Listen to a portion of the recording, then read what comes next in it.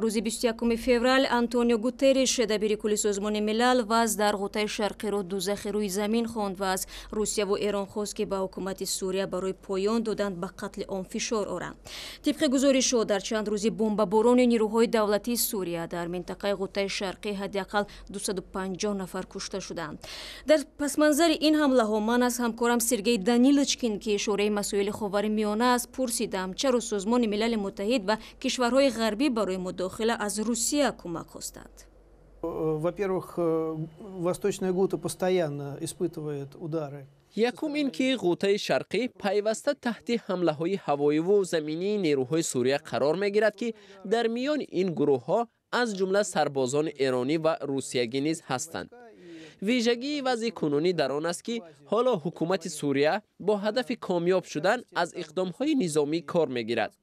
на танҳо дар Ғутаи шарқӣ, балки дар минтақаҳои дигари Сурия низ амалиётҳои низомӣ шиддат гирифтаанд.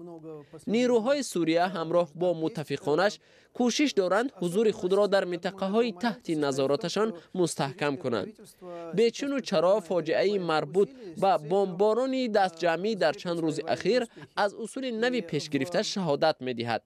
ба назари ман ин баёнгари он аст ки ҳукумат мехоҳад ташаббусро ба дасти худ бигирад ва ҳалқаи муҳосираро рахна намояд, тавре ки аз ин пештар дар Алеппо буд. Пытается продвинуться или там закрепиться на тех позициях, которые им удалось уже занять.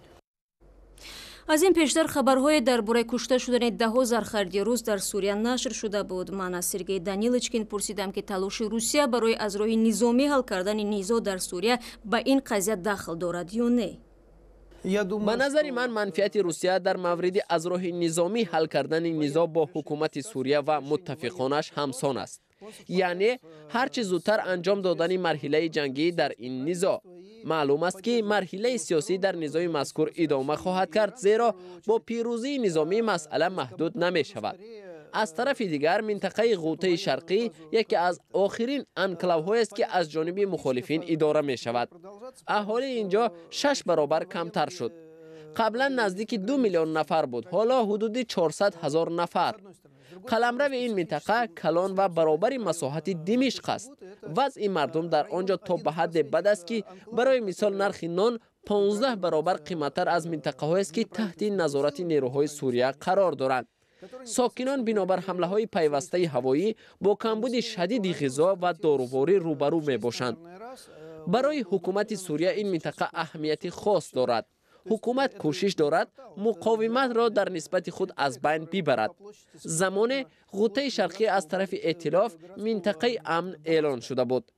аз ин хотир садо додани назарҳо дар бораи он ки бояд то ба лаҳзаи пирӯзӣ дар ин минтақа муборизаро идома дод ғайримантиқист.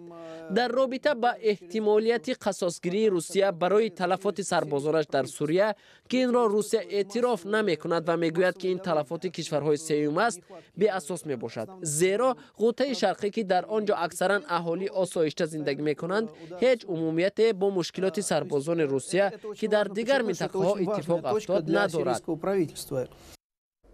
шакли комили ин суҳбат ва хабарҳои охирин дар робита ба танишот дар Ғутаи шарқиро метавонед дар сомонаи мо www.ozodi.org ва озоди видео YouTube пайдо кунед.